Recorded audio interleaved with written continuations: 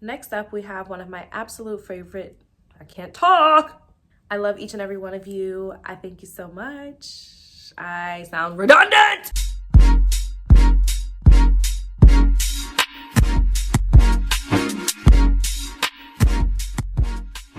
Hey guys, welcome back to my channel. Aren't you guys excited? The season of love is approaching. So of course I had to give you guys my recommendations for the most loving season of all. And fellas, don't tune out so quickly, because even if you want to shop for your girlfriend, your significant other, whomever, and want to gift them something really nice this holiday season, this is where you need to be. So I have a lot of different fragrances that I want to include in this video, so I'm going to try to get through them as quickly as possible and not ramble too much about one particular fragrance. That's very hard for me, but pray for the best. Let's go. I don't even know where I want to start. Ironically, a lot of these fragrances are in like red or pink bottles, and it was not intentional. The first fragrance that I would like to recommend this Valentine's Day 2022 is Blossom Love by Amouage. I am so obsessed with this. This is actually my favorite scent out of the Amouage collection. It is a gorgeous cherry amaretto fragrance. I always think of Lost Cherry, but better. I think that this is everything Lost Cherry should have been, or what I expected from it. I love Lost Cherry, and I loved it even more when I first smelled it, but over time it became a lot more medicinal smelling to me, a little more cough syrupy. I don't dislike it, but I definitely like this much better. This has all of the femininity and the girliness to it that I was looking for in Lost Cherry. Granted, I understand it's a unisex fragrance. It's meant to appeal to men as well. This is a much prettier, girlier, more candy-like version of Lost Cherry. In the top notes, you have heliotrope and bergamot. In the mid, you have cherry blossoms, amaretto, ylang ylang, rose. And in the base, you have vanilla, suede, amber, and tonka bean. It's so gorgeous, and it packs just enough punch to give it some depth to it. This is by far one of my most long-lasting fragrances. I put this on at like 8 a.m., went to work, ran errands after work, came home at like 7 p.m. I could still smell this on my clothes. I could still smell this on my skin. Yes, it's impeccable. Love that about Middle Eastern fragrances. They're always super, super concentrated, and you get so much longevity and projection out of these scents. So I would definitely recommend, and I just love the way that this warms up on my skin. It starts off like a big burst of cherry and amaretto, but then it dries down a lot more candy-like, as I said, and it gets really, really sweet. And in a season like this for Valentine's Day, I just feel like every scent should smell edible, and it should smell delicious, because that's what I think of when I think of Valentine's Day. It's a holiday where it's appropriate to simply give someone a box of candy. Like, if you gave me a box of candy for Christmas, I'd be like, oh no. Beggars can't be choosers. I wouldn't really be upset. But this is what this holiday is all about: love and sweets. So yes, this will make you smell super sweet, super edible, and a man is gonna eat you alive. On to the next one is a 2021, 2021. When did I get this? Anyway, it's a newer release by Viktor and Rolf. It is the Flowerbomb Ruby Orchid. I've been so obsessed with this fragrance. It was love at first sniff for me, for sure. And I'm very upset that I didn't get a bigger bottle, because I love it. Like, whether it came out at the end of 2021 or the beginning of 2022, that's a nice little dent for something that is fairly new to my collection. But this is a very gorgeous fruity floral gourmand. It's so sweet and intoxicating, and it is a nice affordable scent. So a lot of you guys be complaining that I'm always talking about all this expensive stuff. It's not on purpose. I just like what I like. If I like a designer fragrance or an expensive fragrance, I will talk about it. But if the fragrance I really like is $500, then the fragrance I like is $500. But this fragrance has a very simple note breakdown. There is peach, vine, vanilla, and orchid bean. So pretty. Ugh, I'm obsessed. Lately, I've really loved layering this with Aventus for Her. Don't say I didn't put you on. If you guys want a separate dedicated video to all of my favorite scent combinations, let your girl know, because I am the queen at concocting something. I love making a scent cocktail. That's the only way you'll ever truly have a signature scent, because no matter how unique the fragrance is that you find, somebody somewhere has that scent, okay? So I love making my little scent cocktails because it makes it super unique. So next up is my absolute favorite fragrance by Bond No. 9. This is Madison Square Park. I am utterly obsessed. This is a very green floral fragrance, and you get this burst of blueberry. The note is super prominent, and it's so pretty and super, super unique. It's very fun and flirty and girly.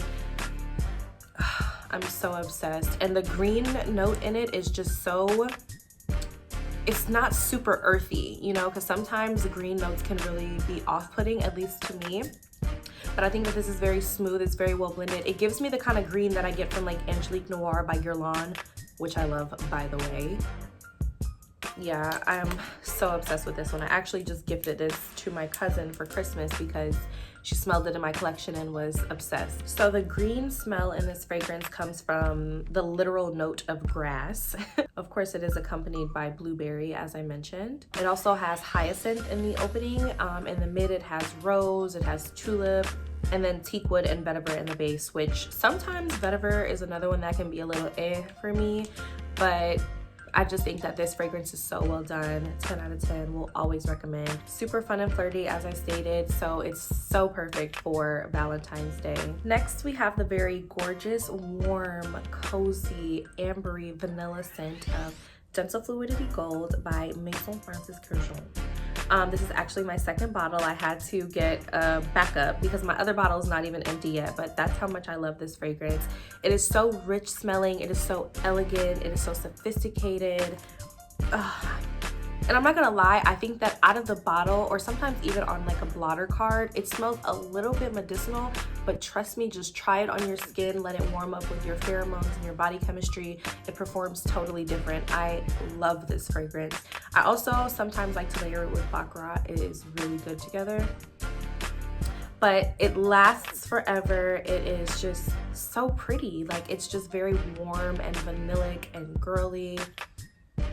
But it's not childish at all. It's definitely super, super sophisticated. I don't think that, like, I would not, if you're gonna wear like a super hot red fire truck red dress on Valentine's Day, this is not the one for you. I feel like you need to wear like a very modest mauve color, like that, you know, dusty rose pink. That's the kind of vibe that I get from this. Or you could wear white, maybe even like a champagne color or gold or something like that. But no, it takes a certain type of woman to wear this. It is classy, it is sophisticated, it is delicious. It's definitely gonna render compliments. This fragrance has vanilla and amber, of course. There's an array of different woody notes. There's also musk, which I love, juniper berries, coriander, and nutmeg.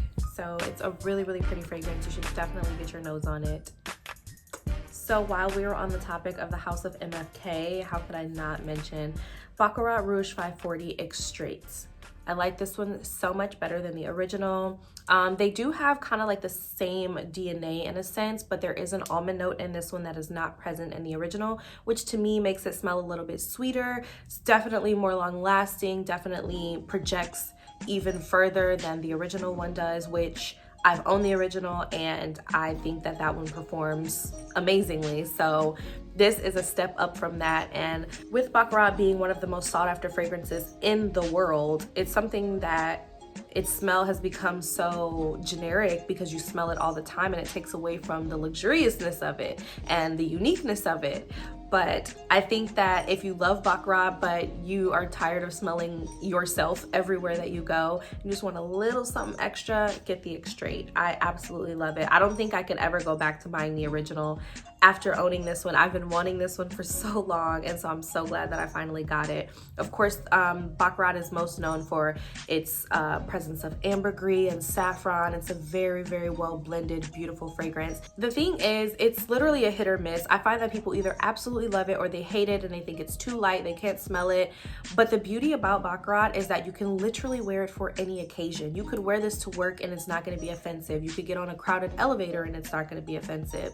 You can also transfer from work to a happy hour or to date night or anything, and it's gonna work for every occasion. It's gonna work for every season. Like when I do my seasonal videos, like fall scents and spring and summer, you can wear Baccarat year round. you can wear any fragrance year round, but I think that this one is appropriate for every season and every occasion. I'm sorry, that's just my opinion. So it's always gonna be a staple, always have to have it in your collection. It speaks for itself. I don't have to ramble too much about it, but I don't know any man that's not gonna compliment you in Baccarat. So definitely the perfect balance between that sweetness. To me, Baccarat even leans a little bit gourmand. I would almost possibly place it in that category. Yeah, you're gonna smell delicious, you're gonna smell edible, sexy, sophisticated, all of those good things in one. So it's amazing. 20 out of 10. Next up, we have one of my absolute favorites when it comes to designer scents. This one will always be in my rotation, and this is my third bottle of the one and only Valentino Donna Born in Roma. I am obsessed with this fragrance. It has no business having the longevity that it does, rendering the amount of compliments that it does for it to be this inexpensive. I think it runs somewhere between like, I think it's like 130, 140, something like that. But it's amazing. A gorgeous bourbon vanilla, another fruity floral gourmand. You cannot go wrong with this. Oh, it is so freaking good. It lasts forever. It's super sweet, super girly. Honestly, it renders more compliments than some of my expensive fragrances. It is just bomb. Like, I love this, and I actually got this the week it was released, and I never stopped purchasing it. I never stopped loving it. Okay, like, this is definitely a staple. Always gonna replenish, always gonna need it in my collection. This fragrance has blackcurrant, pink pepper, bergamot, jasmine, bourbon vanilla, cashmere, and Gaiac wood. So pretty. Okay, we're working our way through the list. These next three that I'm gonna show you are ones that I think are the gourmands of all gourmands. They are the sweetest, most candy-like, most edible things I've ever smelled in my freaking life. And y'all need to know about it. Oriana. She is that girl. She is that girl, okay? I'm not gonna lie, I wasn't crazy about her at first because it was just so sweet. But over time, it really grew on me as I got to wear her and see how other people responded around me. I just love it. This is a gorgeous marshmallow fragrance. It's so pretty, so sweet. To me, it just smells like bubblegum. Straight up bubblegum, bubblegum, bubblegum. If you were a pink sugar type of girl, if you like Sundays by Rado, those are all fragrances that would point you in the direction of this one. Even if you like Love Don't Be Shy because of that marshmallow component. But when people compare the two and say that they smell similar, I don't see it despite the marshmallow note being present in both. For Love Don't Be Shy, I get more of a clawing sweet, more syrupy, and this is more of like a candy bubblegum sweet. But it's really gorgeous, so pretty, super girly, so feminine. Ugh, I love Parfums de Marly. I love this freaking house. They do no wrong, I kid you not. Top notes of mandarin, bergamot, and grapefruit. Mid note of orange blossom, raspberry, and blackcurrant. And then the base notes are marshmallow, whipped cream, and musk. Literally couldn't be any better. That just sounds like me. So of course, following that, had to talk about Love Don't Be Shy. Of course, I have talked about this plenty of times on my channel and mentioned how it was selling off of the shelves back in 2016 when it was revealed to be Rihanna's signature scent that renders her so many compliments on every red carpet she touches. But yes, the gorgeous Love Don't Be Shy by the Killian Hennessy. If you don't know, Killian, the perfumer for this house, his family owns Hennessy. But so that's why a lot of his fragrances are inspired by like this whole bar-esque vibe, treating you like you're receiving a cocktail. So I love all the little details. If you ever go to the Saks that's in New York, an experience. At the Killian station, an experience. But yes, this is a super sweet fragrance, clawing sweet, not in a bad way. It's marshmallow, it's orange blossom, you've got jasmine, honeysuckle, sugar, vanilla, caramel. It is just so sweet and so delicious. This fragrance actually has a very special place in my heart now because I just recently lost an aunt in January.